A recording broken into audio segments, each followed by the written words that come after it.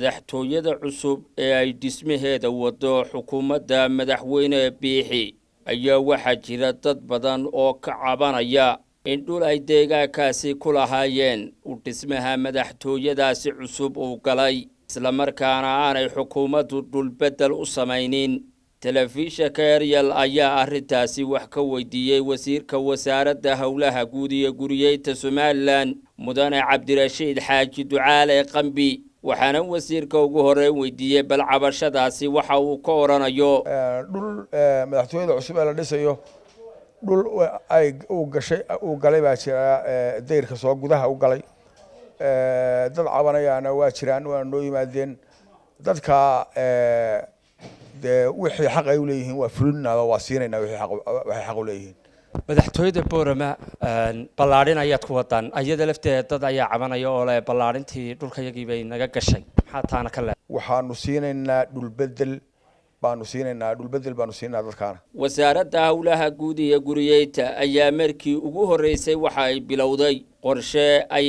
dhaqaale kaga qaadayso guryaha dawladda dadka ku jira oo intii ay Somaliland jirtay aan dhaqaale guryahaasi ka bixin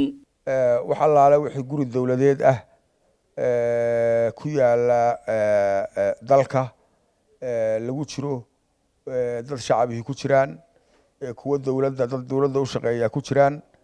dad hawlo kala haya ay ku jiraan dhammaantood waxaan u sameynay category ama kala darajooyin baan u sameynay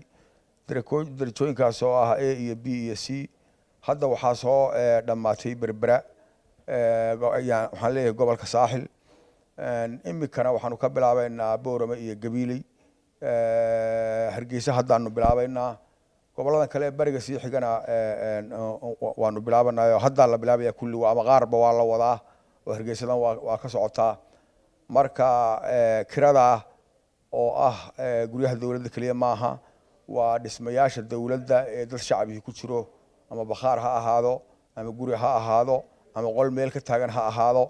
ama jaga bannaan oo dawladdu leedahay oo dhulkeedii gurigii ka dhisnaa dumay oo si kala loo manfacadsado ha ahaadeen dhammaanteed iyagoo oo kala sarreeyo oo kala category ama kala darajo ah yaanu wadnaa oo waa wadnaa kiradaasna si bila baa loo qaadaya oo rasmi ah wasiirka ayaa waxa uu maalmihii u dambeeyay si weyn ugu mashquulsanaa master plan wasaaraddiisu ka wado magaalada Laascaanood waxaana wasiirka weydiiyay magaaladaasi ammaankeeda iyo waliba dhinaca qorshahan magaalada iyo kala nidaaminteeda sida uu ugu suurtagalayo dadweynaha Laascaanood ganacsatada waxay ballan qaadeen inay ka qayb qaadanayaan mashruuca maalgelintiisa iyo socodsiintiisaba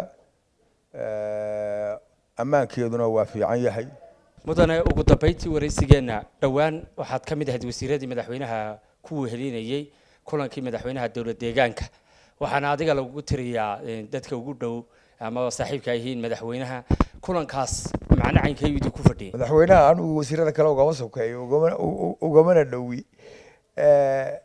laakiin anigu intii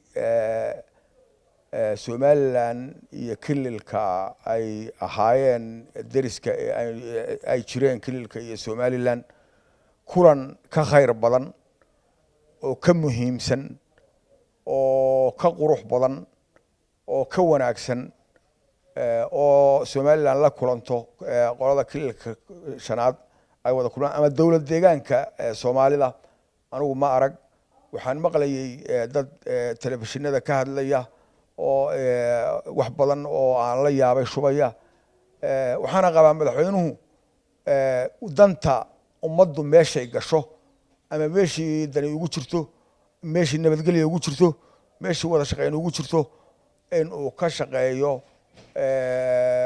oo wuxuu wanaagsan uu ka qabanaya ka qabto Battery Koosar Maxamuud telefishinka Ariel Hargeysa.